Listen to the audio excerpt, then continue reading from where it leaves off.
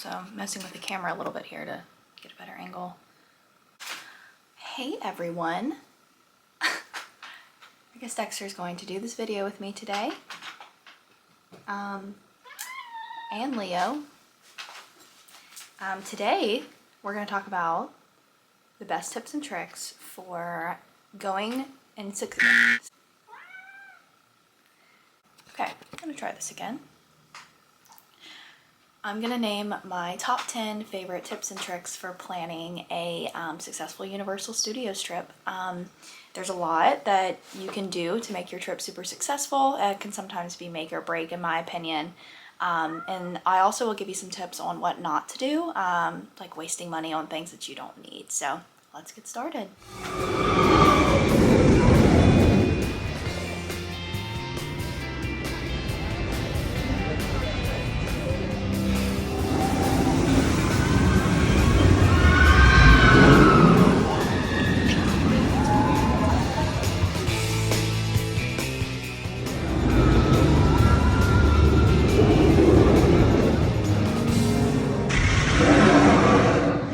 My number one tip is to stay on site if you can.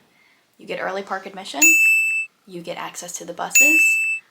There's 3 different tier hotel types and you can't go wrong with staying at any of them. There's definitely a price point to each of them. For example, the higher tier, which is the Premier Resorts, those come with express passes, which is great. And that's going to be later in my video where I'm going to explain when to buy express and when to not. So always stay on site if you can. Spend the extra money. It makes the experience so much better in my opinion. The Universal hotels are really, really great. Number 2, never ever try to do both parks in one day. You can really just make some mistakes here with that. Even if you buy express, it does not matter. In my opinion, you can't experience everything in one day, ever. There's so much to take in. When I go, I like to do 2 parks for 2 days or even longer if I'm going to be there longer. I do have the annual pass, so that's one thing I can kind of decide when I'm going if I'm going to be there for a couple days. But definitely don't do it in one day. Give yourself some more time in both parks to enjoy. As mentioned earlier, the Premier Resorts come with Express Pass. You really want to take advantage of that if you plan on buying the Express Pass ever. If you're staying on site, which I always recommend. The Express Passes really range in price from time of the year. And so do the hotels, of course. That price will differ with the Express Pass included, but it just makes sense. When you stay at the Premier Resort, the second you check in, you get that Express Pass. The day you check out, you also still have access to that Express Pass. If you go online to buy the Express Pass on its own, you're looking at that price for one day. And it just doesn't make sense, in my opinion, to just buy the Express Pass on its own. I think you need to stay at either of the 3 Premier Resorts. It's just so much easier, and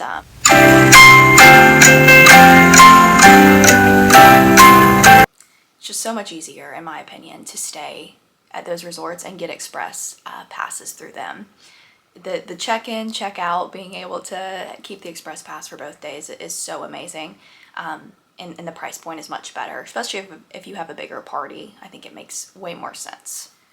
This is a really good tip if you are on a budget. You can bring your own snacks, drinks, whatever into the park. Just put it in like a little backpack that you're carrying around. Like if you're making sandwiches, bag of chips, you can bring that in, which I think is really helpful because the money you spend in the parks on food, it's a major difference when you look at it. It is so expensive to eat in the park, especially if you're going to be there all day.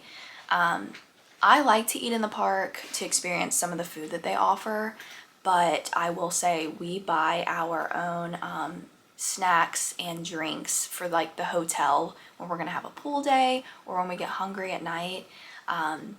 because it can really bring the price up on your trip if you are just constantly going downstairs and grabbing something from their cafeteria, or eating in the parks for all 3 meals. The price really goes up. So I think that bringing your own food into the parks is a great way to save money, especially if you're a big family and you don't want to spend a bunch of money. Now this is a really important tip. Buy ponchos before you go to the parks and bring them with you. Ponchos in the parks range from, I've seen it up to $24 before for one single poncho. It's Florida, it's going to rain, probably at some point on your trip. Bring your own ponchos. You can literally order them on Amazon, linked below. And it's cheap, and there's like however many in a pack. I always order some before my trip. It is crazy, the difference in price. Always order those ponchos online. Bring them with you. However many people you have in your family, make sure you bring them. Another thing that you need to order online before you go to the park. Another thing that you need to order online before you go to the parks is a collapsible water bottle. Like these little rubber water bottles. I will link one below. This is what it looks like. It's really great because it can fit into like a fanny pack. Like it does not take up much room. And of course there's water fountains around the park, which is awesome. You're not buying a water bottle every time you get thirsty, or whoever needs it in your family. Before I had the collapsible water bottle, again, it's Florida. It gets hot all the time. I was buying so many waters in the park. And of course I could just like carry around a water bottle and refill it, but it doesn't fit in your bag. You have to put it in a locker. It makes things a lot more complicated, and the waters are not cheap. Again, especially if you have a big family and you're traveling, you really need to invest in the collapsible water bottles. Get multiple, put them in a bag. And the water in the water fountain's fine. It doesn't taste bad in my opinion. But yeah, I always bring it, always filling it up. Stay hydrated. It is so hot on that pavement there. So yeah, that's probably one of my favorite tricks and tip that I have for Universal. This one can be pretty obvious, but this really works well for me and for Carson and I for our trip. We always have a trip planned pretty much. Like we have one in April coming up, and we've been saving since we last went in December, budgeting monthly. Any money you get for your birthday, gift cards, even food gift cards, anything like that, put it aside, put it in a drawer, don't touch it. Cash, gift cards, whatever. Fortunately, we got some Universal gift cards for Christmas, so we were saving those up for this trip. But I mean, it seems pretty obvious, but you can really enjoy the parks a lot more if you were putting a bunch of money aside to be able to enjoy your vacation. It really can be a fun vacation when you have the money to enjoy it. It's very expensive, or can be, in my opinion, as a young married person. I think it's hard. I mean, we will leave some trips sometimes like, oh my gosh, I can't believe we spent that much money. But it's worth it. I never leave like angry about it. But yeah, put money aside each month. Get like a little budgeting calendar. I have one. I love it. And I think it's great. And then if you have money left over, then awesome. We tend to go shopping. We go to Disney Springs. We eat out a lot when we come to Universal. We're always trying new food down there, and I'm a foodie. I like to try different things. And it can definitely get expensive when you go to the Disney areas or the Universal areas. So putting aside money each month for your family, come up with a budget. Yeah. Speaking of budget, if you are eating in the parks each day and not bringing snacks, I think it's really important to set a budget for each day. Especially, I've seen this with families. Each kid or person in the family will have like a certain amount of money that they can spend each day. So let's say, I don't know, family of 4, they only want to spend like $200 in the park. So you divide that up between everyone, because maybe the kids want a wand, or maybe they want to go shopping or buy something sweet, anything like that. I think it's super important to have that laid out before your trip. This is super important before you embark on your trip, about 30 days out or even 60 days out. You may even be able to do it before then.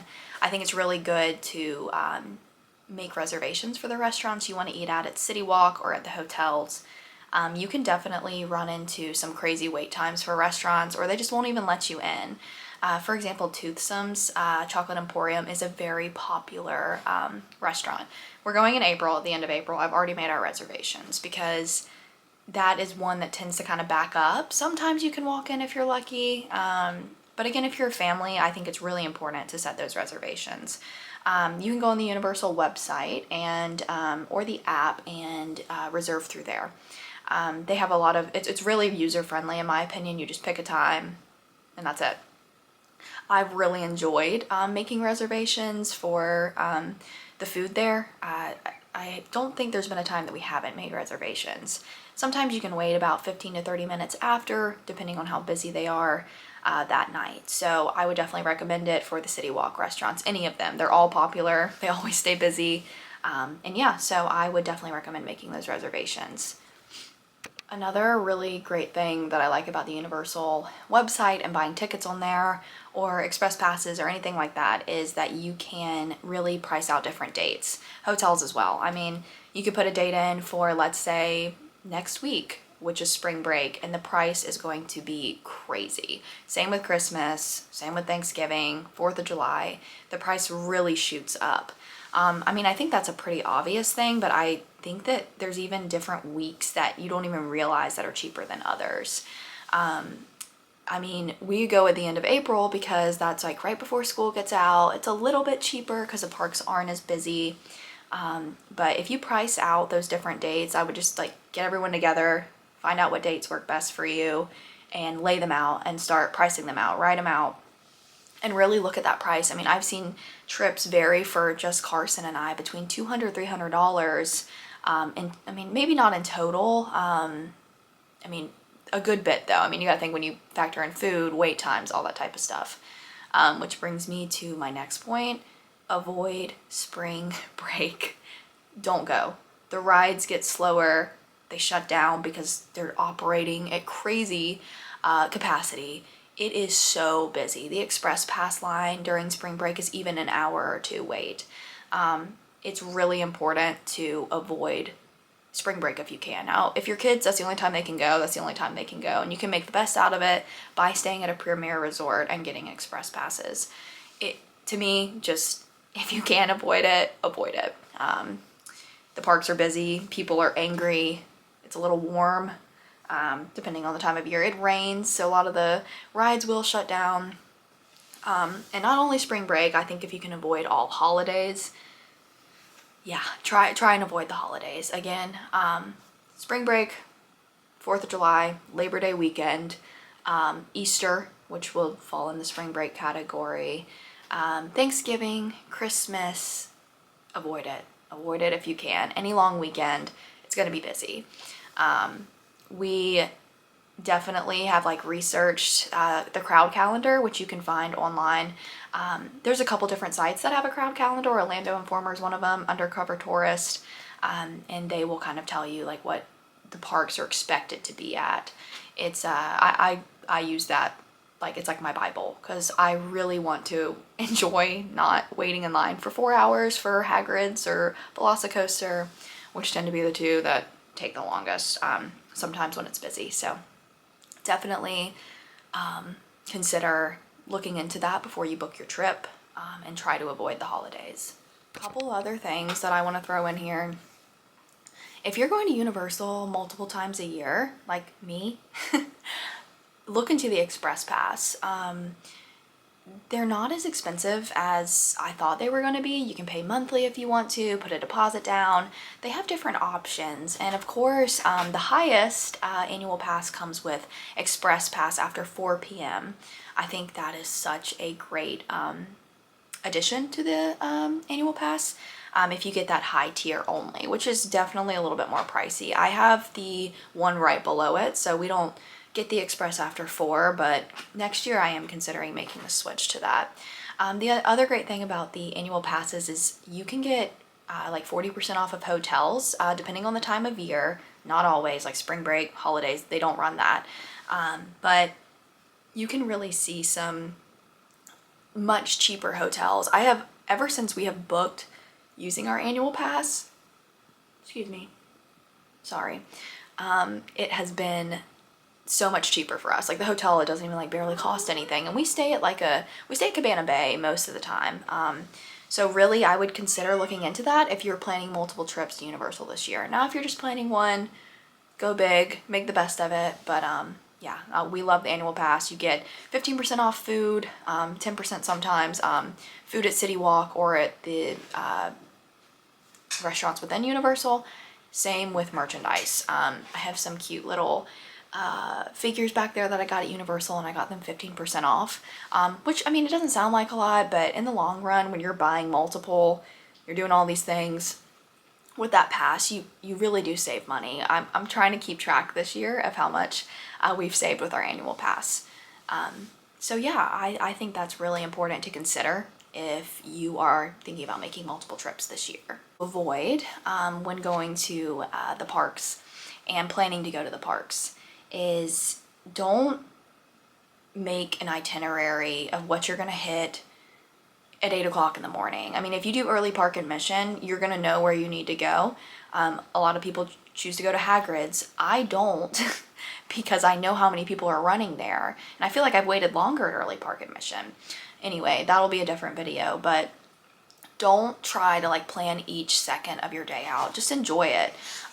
One thing I like about Universal, they don't have like the Genie Plus service, which you're constantly having to like book something to make sure you can get your next experience. I don't go to Disney often, but I have the past 2 years that we've been down at Universal to just plan an extra day. And I don't know, I love, you know, it's fun, but I don't like the constant panic of where am I going next.